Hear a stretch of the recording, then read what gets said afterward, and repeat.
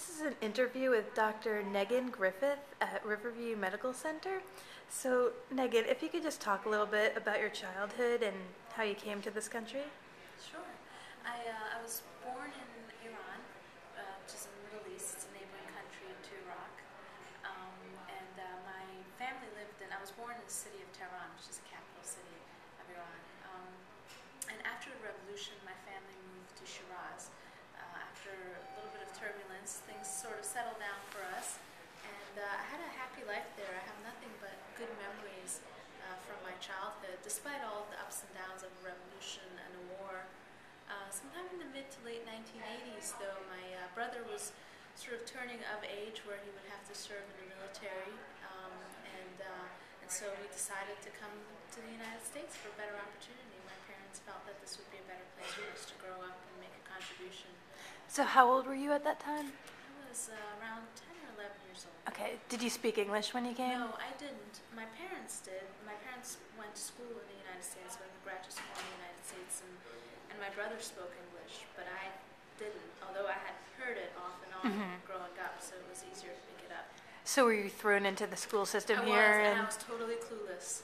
Wow. And when I first came here, this is not the right way of doing it necessarily, but I watched probably 8 hours of television a day, and so that's how I learned English. And little kids today, I would never be able to learn like that, but little kids learn quickly. Wow.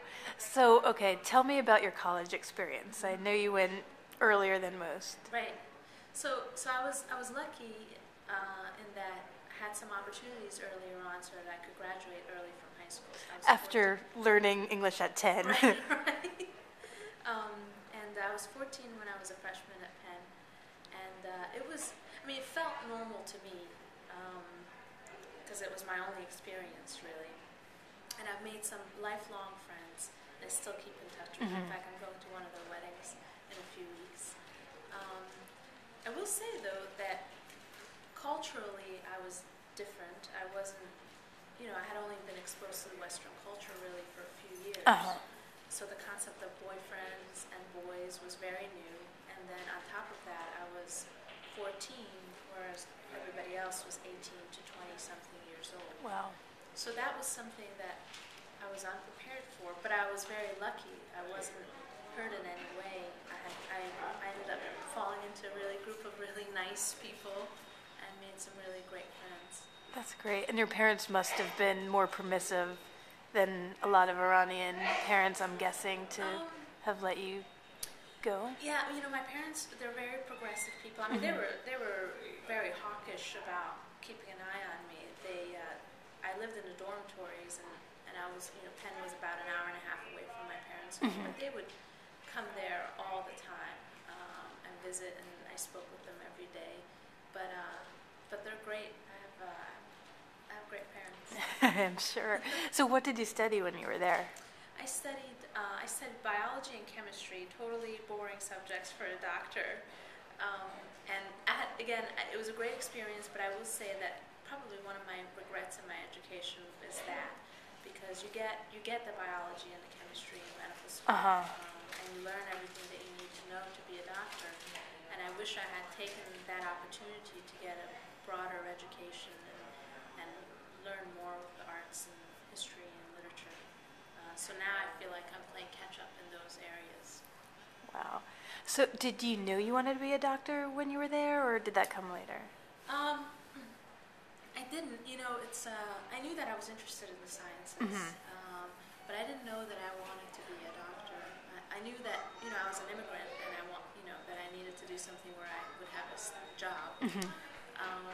But I didn't know that I wanted to be a doctor. I started doing research in the lab on diabetes, and had a great experience. And it was an MD's lab. It was a physician's lab, research lab, and that's how I became exposed to medicine and decided to go to medical school. And the other thing was that I loved my time in the laboratory, but I liked interacting with people a lot. And so this was a better fit for me.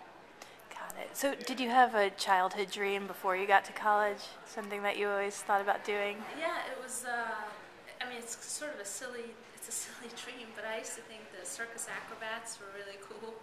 And so I remember I would spent hours. I taught myself how to juggle and how to do, little silly little tricks, and that never worked. You had high hopes, and I did. you became a plastic surgeon instead.